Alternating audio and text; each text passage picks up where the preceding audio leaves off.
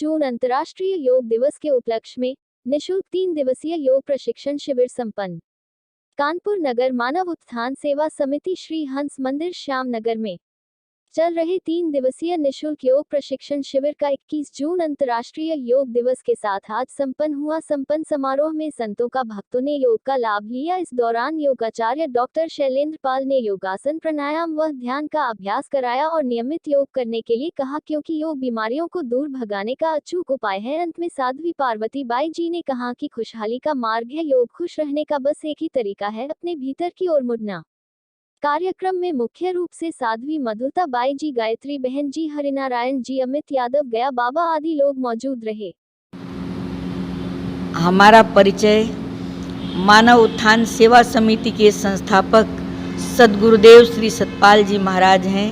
हम उन्हीं के चरणों के अनुरागी, हम उनके शिष्य सेवक हैं और हमारा काम है घर घर में आत्मज्ञान की ज्योति जलाना, जन जन में सद्भावना की भावना भरना, यही हमारा काम है।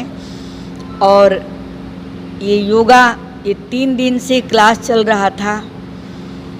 आज इसका समापन दिवस है। संडे को तो करीब 500 लोग थे इसमें। तो योगा सबसे बड़ा योग जिसको कहते हैं, चित्त वृत्ति निरोधस्य योगा, जो हम अपने चित्त वृत्तियों को बहिर्मुख से अंतर्मुख करें, ये सच्चा योग है। और ये शरीर को स्वस्थ रखने के लिए कि कहा गया है, पहला सुख निरोगी काया, कि निरोगी काया में स्वस्थ शरीर में स्वस्थ मन भी होता है। यदि काया हमारी निरोगी रहेगी तो हम ध्यान साधना भी कर सकते हैं। केवल इसीलिए काया को निरोग नहीं बनाना है कि हम अच्छी तरह खाएं, ऐश करें, संसार में मौज करें। ये तो एक पशु भी करता है। आहार निद्रा भय मैथुनंच एतत् समाना पशुवीर नराणाम, ज्ञानेन हीना नर पशु भी समाना, ज्ञाने नराणाम अधिको विशेषो, कि 4 काम, खाना पीना, प्रजनन करना, प्रेम प्यार करना, ये पशु और मनुष्य में बराबर है।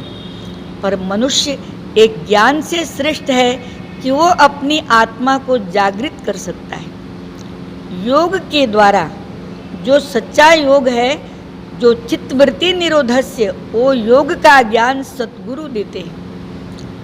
यम पातंजलि ऋषि ने योग के 8 अंग बताए। यम, नियम, प्राणायाम, ये 3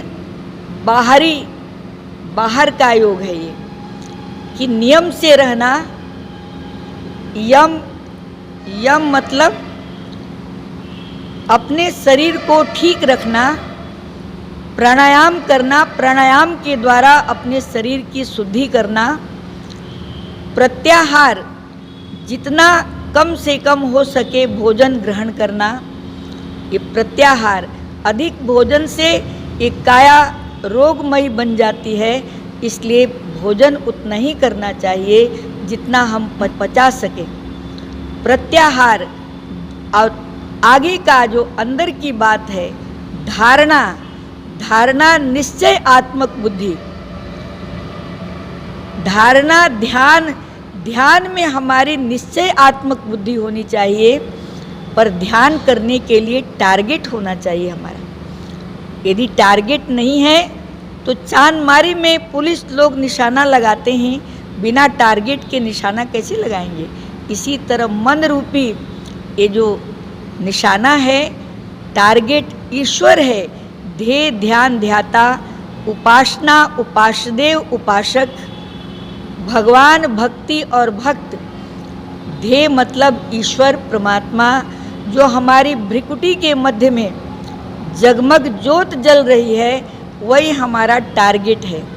हमारे प्राणों के अंदर एक शब्द की ध्वनि हो रही है, वो हमारा टारगेट है, जिसके द्वारा हम ध्यान में अपने मन को केंद्रित कर सकते हैं और एक अलौकिक सुख प्राप्त कर सकते हैं। तो इस योगा के साथ आध्यात्मिक योग भी हमारे जीवन में होना चाहिए। यही श्री सतपाल जी महाराज का संदेश है, हम साधु संतों का संदेश है।